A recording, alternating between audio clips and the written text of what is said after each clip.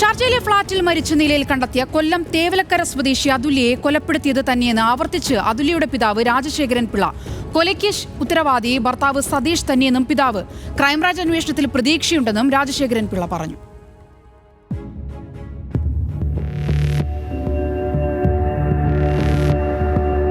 അതുല്യയുടെ ദുരൂഹ മരണത്തിൽ ഭർത്താവ് സതീഷിനെതിരെ അതുല്യയുടെ കുടുംബം ആദ്യമേ തന്നെ രംഗത്തെത്തിയിരുന്നു. വീട്ടുകാരുടെ പരാതിയിൽ തെക്കുംഭാഗം പോലീസ് സതീഷിനെതിരെ കൊലക്കുറ്റം ചുമത്തി കേസെടുക്കുകയും ചെയ്തു. സ്ത്രീധന പീഡനം ഉൾപ്പെടെയുള്ള വകുപ്പുകളും ചുമത്തി. എന്നാൽ ആത്മഹത്യാ പ്രേരണാകുറ്റം ഉൾപ്പെടുത്താത്തതിനെ കോടതി ചോദ്യം ചെയ്തു. സ്ത്രീധന പീഡനം വ്യക്തമായതോടെയാണ് സതീഷിന്റെ ഇടക്കാല ജാമ്യം കോടതി റദ്ദാക്കിയത്. ശാരീരികവും മാനസികവുമായ ക്രൂരപീഡനം മകൾ നേരിട്ടതായും വീഡിയോ ദൃശ്യങ്ങളിലും പോസ്റ്റ്മോർട്ടം റിപ്പോർട്ടിലും ഇക്കാര്യം വ്യക്തമാണെന്നും അതുല്യയുടെ പിതാവ് പറഞ്ഞു. പുതിയ ജോലിയിൽ പ്രവേശിക്കാനിരുന്ന മകൾ ആത്മഹത്യ ചെയ്യില്ലെന്നും മരണ ദിവസം നടന്ന കാര്യങ്ങളിൽ ദുരൂഹതയുണ്ടെന്നും രാജശേഖരൻ പിള്ള ആരോപിച്ചു.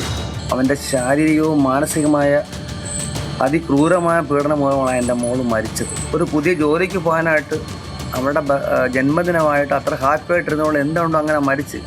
അവൻ അന്ന് എന്തുമാത്രം എൻ്റെ മോളെ ഉപദ്രവിച്ച്, അവൻ എൻ്റെ മകളെ ശാരീരികമായിട്ട് അന്ന് ഉപദ്രവിച്ചിട്ടുണ്ട്. അതിനുള്ള തെളിവുകൾ പോസ്റ്റ്മോർട്ടം റിപ്പോർട്ടിലുണ്ട്.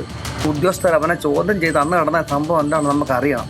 എൻ്റെ മോൾ എങ്ങനെ മരിച്ച് ഇപ്പോഴും നമുക്കത് അജ്ഞാതമാണ്.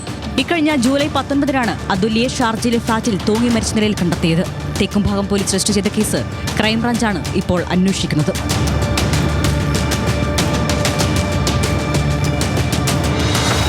ന്യൂസ് മലയാളം, കൊല്ലം.